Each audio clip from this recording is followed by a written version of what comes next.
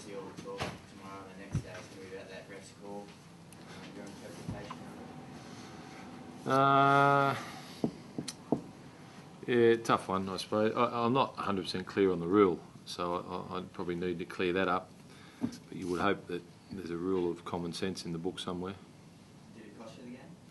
Didn't cost us the game, but it was critical. You know, I don't think any one error ever costs you the game. There's 80 minutes, and there's a lot of things happen in the course of a game, but it was critical. It went from, I think, 7 points to 13 points, and a lot of momentum.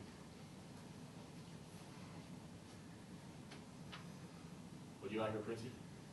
I guess same as Cardi. It was one of those ones where touch and go. I just remember hearing the ref that he said to the other ref, just check that, I think I got in the way. So that's all I can say on the matter, I guess. Have you guys had a chance to replay your Cardi? Oh, we watched it there. There's no doubt that the ref was between the ball and Zillman had eyes on the ball and was going to swallow it. You know, so you just got to draw your own conclusions. Yeah, to the letter of the law, I'm not 100% sure, but I think there's somewhere in the rules that allows for a spirit of the game or a common sense, you would hope. It's disappointing. We're only one round in and talking about refs again. Yeah, like we addressed that, but we didn't. You know, we're not blaming that. You know, I thought they were there to be got, and I thought, you know, we had opportunities to get them. I thought we competed with them physically. I thought I think you'll find we won most of the statistics in the game. You know, and they scored 3 tries off kicks, so I was happy with a lot of areas, but I just thought we, probably squandered a bit of possession. A couple of other critical decisions too that, just big momentum swingers. I think we belted them up that end there. We got penalised on the 5th tackle. There's a couple of little ones like that, that you stick in your mind. Was one of them correct play the ball? Was one I think you'll find that would have been very hard to stop too. From that, I think Matty White was steaming onto the ball. It was 1-on-1 on the try line. But yeah, we've been aware of that. They policed that through the trials, but I think they've made it very tough for themselves. When they start penalising sides with the ball, you go through. Every coach is going to go through every play of the ball now and say, why wasn't that one penalised? They've got to start somewhere, I suppose. Like you're able to compete with them physically, is that a good sign, given you had a lot of experience towards that? Yeah, I do.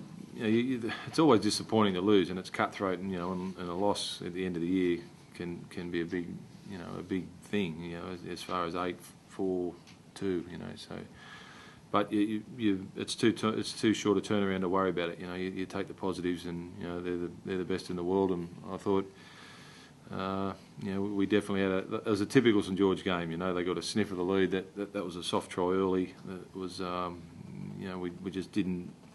It was just somebody put a soft effort in, and they raced the length and scored there. And I thought outside that it was very even matched game. But St George get that sort of start, and they're hard to hold. They got a bit of confidence out of that, and they got in front, and we never got within. We got within 6, but that was it.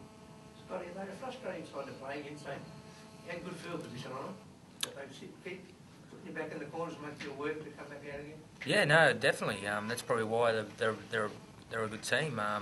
You have to match them and get into the grind, go end-to-end footy. It doesn't matter how boring it seems to be working for them. So, we just got to take a leaf out of their book in that respect. And they just wait for a team to crumble. And occasionally, we made some simple errors and invited them back in our half. So, good teams will punish you, but they tend to do that tonight. Prince, there were some big name players this year as well. Guys like Jeremy and Costigan and those sort of guys. Were they any weaker out there, or just the same old Dragons?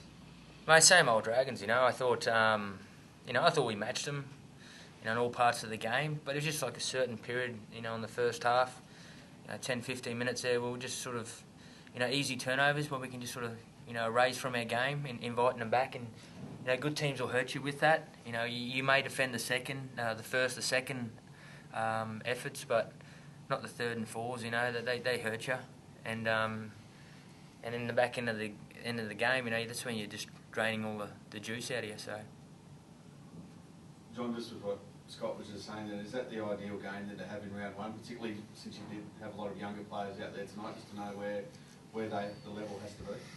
Yeah, it was always it's a tough ask, you know, playing them. I think they probably had a perfect preparation for a first competition game, because that trials you can sort of trial form's a bit iffy. You're not sure how serious some sides take it, but they had two big games. You know, they had Charity Shield and they had the World Cup final, so they came in pretty hardened.